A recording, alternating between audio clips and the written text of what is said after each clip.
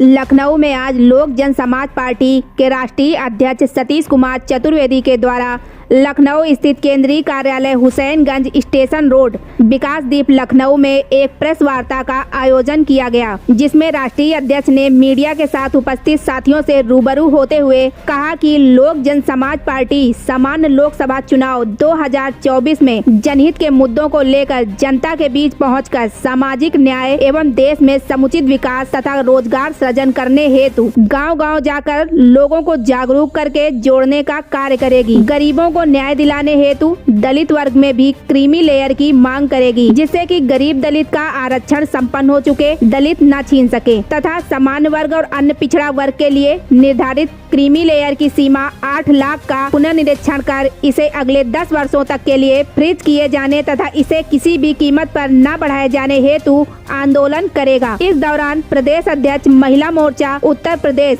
पूजा मिश्रा सहित तमाम पदाधिकारी उपस्थित रहे। पर्दाफाश करने हमारी पार्टी जा रही है और पूरे क्षेत्र में उत्तर प्रदेश की बात नहीं कर रहा हूँ, पूरे देश की बात कर रहा हूँ, जिसमें पूरे क्षेत्र में हमारे सभी प्रत्याशी तन मन धन से तैयार हो चुके हैं, जिसमें अभी हम 9 प्रत्याशी घोषित भी कर चुके हैं, जिसमें बिहार में झांसी तो हाजीपुर और बक्सर 2 लोकसभा प्रत्याशी हमारे तय हो गए हैं। अभी जल्दी मैं रीवा में मध्य प्रदेश में एक रोड शो करके आया हूँ और उत्तर प्रदेश में हमने गाजियाबाद से, झांसी से, चंदौली से, बांसगांव से, मोहनलालगंज से और लखनऊ प्रॉपर से प्रत्याशी का घोषणा कर दिया है।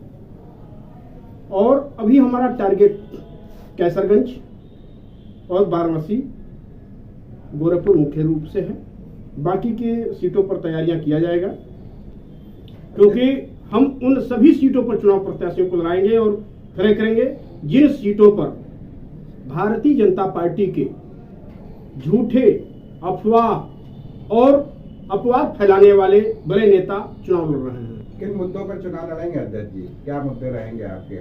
हमारा मुद्दा चुनाव में ये रहेगा कि हम एक समान शिक्षा नीति लाएंगे, एक समान स्वास्थ्य नीति लाएंगे पूरे देश में और बेरोजगारी हटाने के लिए नए रोजगारों का सृजन करने की व्यवस्था करेंगे, न कि ठेकेदारी प्रथा नहीं चलाएंगे। महंगाई पर महंगाई देखिए, महंगाई सबका मुद्दा है और महंगाई पर बहुत ज्यादा बोलने का कोई मतलब नहीं है, क्योंकि जब रोजगार सृजन होंगे तो महंगाई अपने आप खत्म हो जाएगी। महंगाई खत्म करने का एक विचारधारा होना चाहिए, न कि बाहर से जो आयात निर्यात होता है या और कुछ होता है उस पर हम कोई कार्य नहीं कर पाते हैं और सिर्फ हमारा बस एक लोक लुभावन चीज होता है कि हम ये कहते हैं कि हमारा ये सामान नहीं जा पा रहा है, ये नहीं आ पा रहा, लेकिन उसको सही नीति से अगर हम काम करते हैं, सही काम और सही योजना लाते हैं तो निश्चित तौर पर हम सफल हो जाएंगे। अध्यक्ष जी, गठबंधन को लेकर के क्या पार्टी किस तरह से देख रही है, चाहे इंडिया की बात हो एनडीए की? जन समाज पार्टी की लखनऊ की प्रत्याशी बन रही हैं इस बार लोकसभा चुनावों में, तो पहले अपने बारे में थोड़ा संक्षिप्त परिचय दीजिए, उसके बाद आगे। जी, मेरा नाम सोनी शुक्ला है और मैं जनहित सर्व समाज सेवा समिति की राष्ट्रीय अध्यक्ष भी हूँ। उसके साथ साथ मैं सर जी के यहाँ राष्ट्रीय उपाध्यक्ष के पद पे भी हूँ और मैं कार्य कर रही हूँ। निरंतर मैं जनता के बीच कार्य भी करती रहती हूँ और बहुत सारे मुद्दे भी उठाती हूँ, जैसे कि अभी एक देवी प्रतिमाओं वाला जो हम लोग कहते हैं कि हमारी देवी प्रतिमाओं का अपमान नहीं होना चाहिए, इस पे हम लोगों ने मुद्दा उठाया था और हमने अपने बूथ से लेके काफ़ी हमने संघर्ष किया उस पर और गाड़ियों से मतलब जो देवी प्रतिमाएं थी मैंने उनका क्या भूमि विसर्जन करा के उनका सम्मान किया। तो जैसे मैं ये सोचती हूँ, मेरा एक पहला तो मुद्दा यही रहेगा कि जैसे जो देवी प्रतिमाएं हैं, जब उनका हम लोग अनादर करेंगे तो हम नारी शक्ति का भी अनादर करेंगे। हम अन्य धर्मों में देखते हैं, अन्य उसमें देखते हैं तो उसमें देवी प्रतिमाओं का, उनकी इष्ट देवों का अपमान नहीं होता है। ये दयनीय है दशा। मैम, आपके सामने अगर देखा जाए तो बीजेपी के बड़े नेता राजनाथ सिंह प्रतिद्वंदी के तौर पर खड़े हुए हैं, तो आपकी क्या रणनीति रहेगी? हमारी रणनीति कुछ नहीं, सब अपना अपना कार्य कर रहे हैं, चुनाव लड़ रहे हैं, ये तो अपना जन्मसिद्ध अधिकार है कि आदमी लड़ ही सकता है, संविधान में भी है, ऐसा कुछ थोड़ी ना है। वो अपना कर्तव्य कर रहे हैं, मैं अपना कर्तव्य। महिला है तो महिलाओं के लिए क्या कुछ खास रहेगा? मैं महिलाओं के लिए आवाज उठाऊंगी, जहाँ हमारे महिलाओं के लिए अधिकार के लिए अगर मुझे आगे आना पड़ेगा मैं आऊँगी। मैं कर भी रही हूँ, आज भी काम कर रही हूँ, एक सामाजिक संगठन के हिसाब से भी कर रही हूँ, पार्टी के भी हिसाब से आगे करूँगी। हम लोग तो उभरते हुए आगे चेहरे हैं। ठीक।